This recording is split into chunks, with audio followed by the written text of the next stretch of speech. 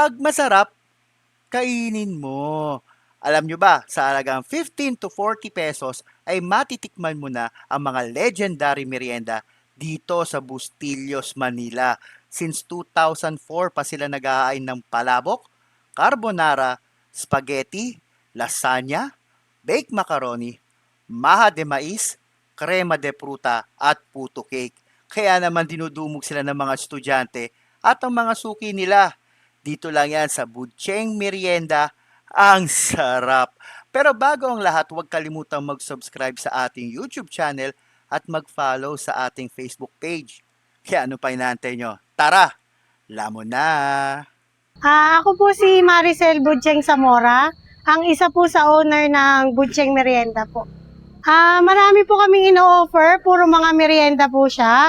Katulad po ng mga palabok, bake mac, lasagna, spaghetti, carbonara, and meron din po kaming mga dessert katulad po ng crema de fruta, maha mais, and puto cake po. Bali, ang price range po natin is 15 pesos, ang pinakamababa, and then yung pinakamataas po natin is 40 pesos only po. Bali, yung meriendahan po namin, nagraran po to since 2004, pero nag-stop po kami nung pandemic dahil nag-lockdown po. And then, binalik po namin siya nung nag-GCQ na po ulit. Bali, located po kami dito sa 241 Manrique Street, Sampaloc, Manila. Bali, malapit lang po kami sa St. Anthony Church saka Loreto Church, Bustillos. Bali, nag-open po yung store namin ng 12:30 ng tanghali. And then, nagko-close po kami until supply last, mostly mga 7 p.m. po. At nandito tayo ngayon sa Sampaloc, dito sa area ng Bustillos, halos sa gilid ng kambal na simbahan. No? Andito tayo ngayon sa Budcheng Meriendahan. Ang sarap, grabe. Talagang pinangalan na sa kanila yung salitang ang sarap. Dahil kung makikita nyo naman yung mga tao, hanggang ngayon, pila pa rin, di ba? Tapos, unahin na natin. Kasi dito, kaya rin sila dinadayo. Dahil sa magmula 15 pesos hanggang 40 pesos, eh may mabibili ka na. So, ganun kasulit ang mga meriendahan dito. Diba? So, simulan natin dito sa palabok nila, no? Ang daming topics ito. 40 pesos lang ito, no? So, kita mo. Talaga nga naman, yung palabok nila, yung makapal lang ang noodles sa gamit nila, oh. Tapos, ito. Toast. Yung palabok, ayos yung palabok nila, yung pagkalasa ng sauce, nanunod, kita nyo naman. Parang masasabi mo yung pansit malabon, pero yung laman ang dami. Gorgeous yung taba, may itlog at sulit, 'di ba? Yung kanilang lasagna, no? Sa halagang 40 pesos, so, tanyo naman, ma-cheesy, puno ng laman, at hindi ito yung basta-bastang tinipid na lasagna lang, 'di ba? Tara, hindi natin 'to. Yung kapal, oh. Naka-generous ng laman, generous sa sauce, grabe, oh. Grabe ito, oh.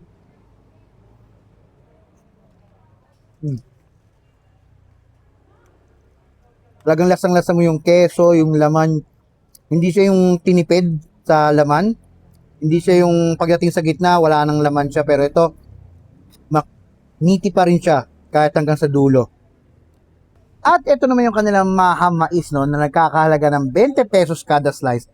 Pero yung ganito isang tab, dalawang slice to. So, 40 pesos to yung ganito kalaki. At good for 2 na to. Pero kahit 20 pesos, kalahati nito, sulit ka na para sa meriendang ganitong klase. Kasi ito naman, mais, oh. Creamy talaga, magatas. Panalo. Makrema, malambot. At talaga nga naman, sulit na sulit yung 20 pesos mo rito. Kita mo yung mais dito, oh. Meron talagang mais sa loob. Hindi yung sinabing mais lang, diba? Authentic yung mga ingredients na ginamit dito sa maha. At ito yung kanilang best seller dito, no? Ito yung crema de leche, no? Grabe. Tuwing Pasko lang ako nakakakain nito. At dito lang pala sa Bustillos, meron to sa halagang 25 pesos ang isang slice. At ang ganito kalaki, maniniwala ka, 50 pesos lang. Grabe, murang-mura. At ganyan siya, oh.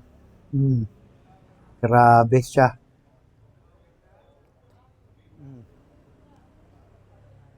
Ang krema, masarap. Lalo na yung Yung gelatin na sa ibabaw dahil maraming prutas siya. May mangga, may pinya. Para siyang fruit salad na nasa ibabaw ng cake. Ayan, no? Tapos yung cake sa ilalim, malambot, moist. Saktong-saktong pamerienda. Masarap pa talaga. Kaya naman kung kayo napapagawi dito sa Bustillos, lalo na't nagsimba na kayo sa Kambal na Simbahan, dayuhin nyo na to at kita-kita sa susunod kong labon.